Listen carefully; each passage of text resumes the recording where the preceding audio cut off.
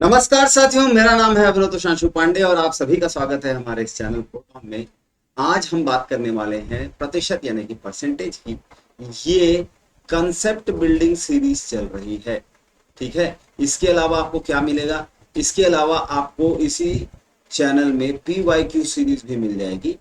अगर आप छत्तीसगढ़ की परीक्षाओं की तैयारी कर रहे हैं, जैसे CGPSC, CG व्यापम और बाकी छात्रावास अधीक्षक जैसी, तो इन सारी परीक्षाओं के जो प्रश्न हैं उनको इकट्ठा करके और हम लोगों ने PYQ की सीरीज भी चला रखी है, ताकि आप अपनी परीक्षा की फाइनल तैयारी के समय में परीक्षा और उसके मूड को, उसके फ्लेवर को समझ सके।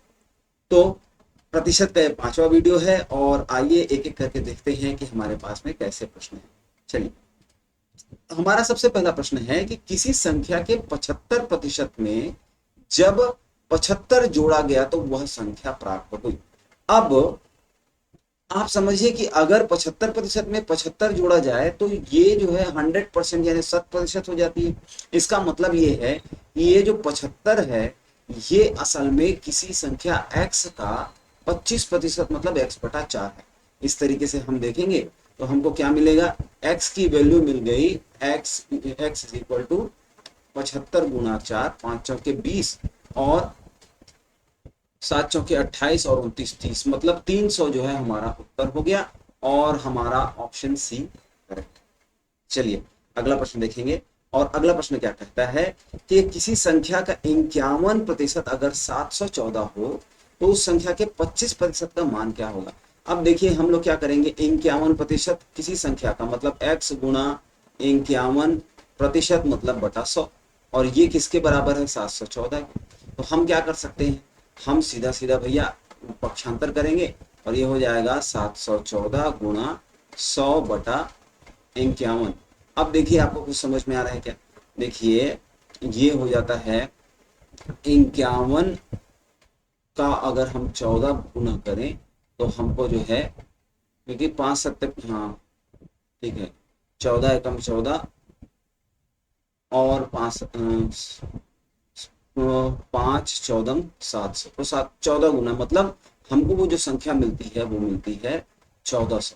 अब ये 1400 है और हमसे प्रश्न में पूछा गया है कि इस संख्या का 25% क्या होगा, मतलब 1400/4 करेंगे और हमको उत्तर मिल जाता है 350। यही हमारा उत्तर है और option A is the correct. इसके बाद में अगला प्रश्न देखते हैं। किसी दुकान में छूट के चलते एक वस्तु खरीद 4 वस्तु खरीदने पर एक वस्तु मुफ्त मिलती है, तो कितने प्रतिशत की छूट मिल रही है? अब देखिए क्या हो रहा है कि आप 4 वस्तु खरीद तो रहे हैं, मतलब आप पैसे जो है 4 वस्तु का दे रहे हैं, लेकिन आपको मिल 5 वस्तु रही है। इसका मतलब यह है कि 5 वस्तुओं में से एक वस्तु जो है आपको मुफ्त मिल रही है, ठीक है। तो अगर इस तरीके से देखा जाए तो आप जो है 5 में से एक वस्तु मुफ्त मिल रही है, इसका मतलब है आपको 20% का ही छूट मिल रही है और उत्तर हो जाएगा सी, 20%। चलिए अगला प्रश्न देखते हैं। ए बी से 25% ज्यादा कमाता है तो बी ए से कितना कम कमाता है? एक तरीका ये है कि हम देखेंगे 25% का मतलब होता है 1/4। यदि ए 4 कमाता है तो बी कितना कमाता है? ए बी से, यदि बी जो है, यदि बी 4 कमाता है तो ए कितना कमाता है? 4 से 25% ज्यादा मतलब 5 कमाता है। अब बी जो है ए से कितना कम कमाता है? तो बी 4 कमाता है और ए जो है कमाता है 5, तो एक कम कमाता है मतलब 1/5, और यहाँ पर जो है हमको फिर से मिल जाता है 20%। तो इस प्रकार से हम देखें तो हमारा option B is the correct. चलिए आगे बढ़ते हैं और अगला प्रश्न देखते हैं। अगला प्रश्न क्या कहता है, देखिए कोई संख्या दूसरी संख्या की 25% है, ठीक है भाई।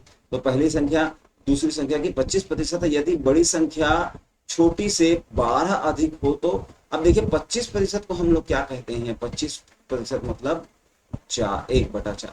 तो कोई संख्या दूसरी संख्या की 25% है, मतलब अगर पहली संख्या 4 होती तो दूसरी संख्या कितनी होती? 1 होती।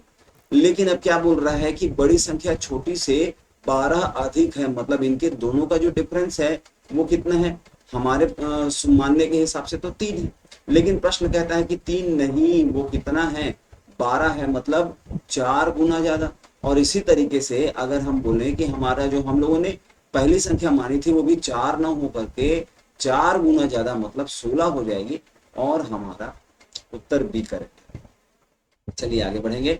अगला प्रश्न क्या कहता है, किसी शादी में 32% महिलाएं हैं, 32% महिलाएं हैं एफ, और 54% मेल हैं और बाकी के बाकी बच्चे हैं। तो बच्चे कितने हैं भाई, अगर 3 और 2 4 2 6 और 5 और 3 8, तो 86% कुल महिलाएं एवं पुरुष हैं। इसका मतलब ये है कि 14% जो है बच्चे होंगे।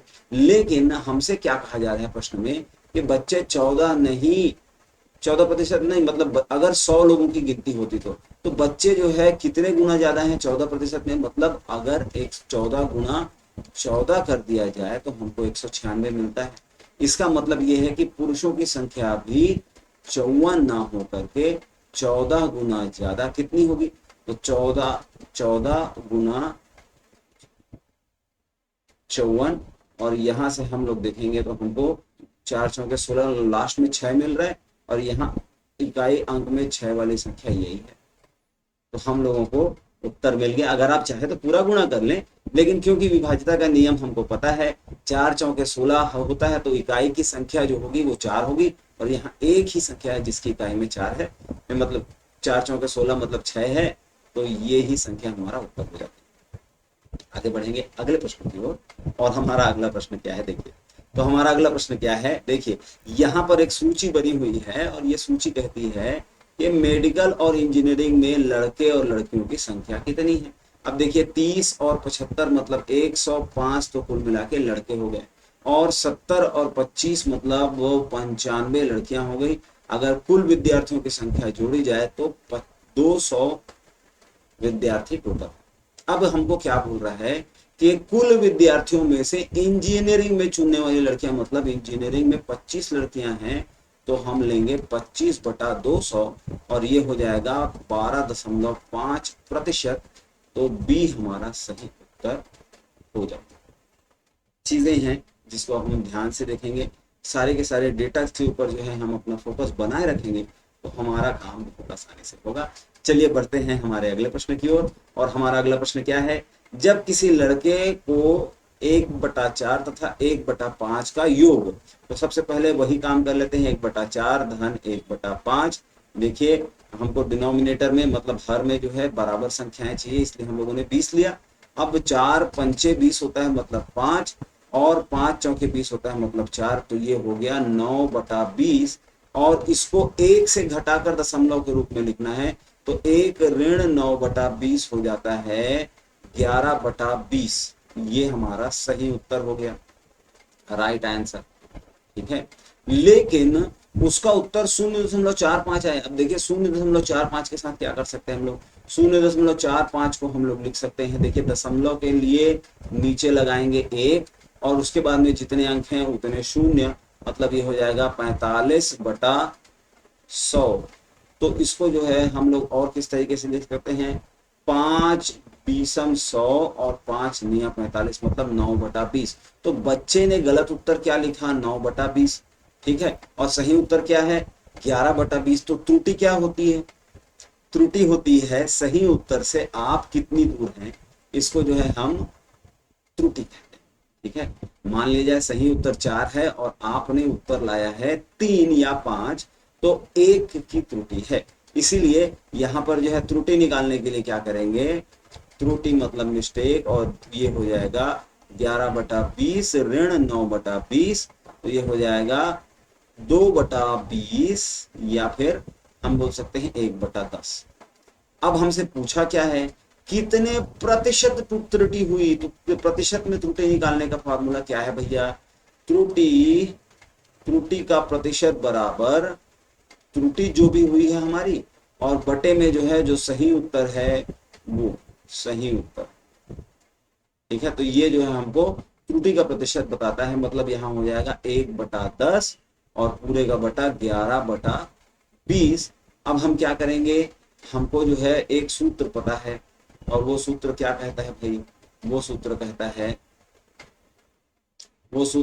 है ए बटा बी पूरे का बटा सी बटा डी बराबर ए बटा बी गुणा डी बटा सी। ये छोटी छोटी चीजें हैं, आपको आती भी होंगी, लेकिन अगर आप जो है इसको एक बार दोबारा लिख लेंगे तो जो है कुछ बुरा तो नहीं हो जाएगा, लेकिन जो है आपकी आदत में सुधार हो जाएगा, इसलिए हम लोग ऐसा कर रहे हैं। तो यहाँ पर क्या हुआ भाई, तो यहाँ हम लोग देखते हैं कि ये हो जाता है 1/10 गुणा 20/11 और यहाँ हो जाता है कुल मिला के उत्तर हमारा 2/11।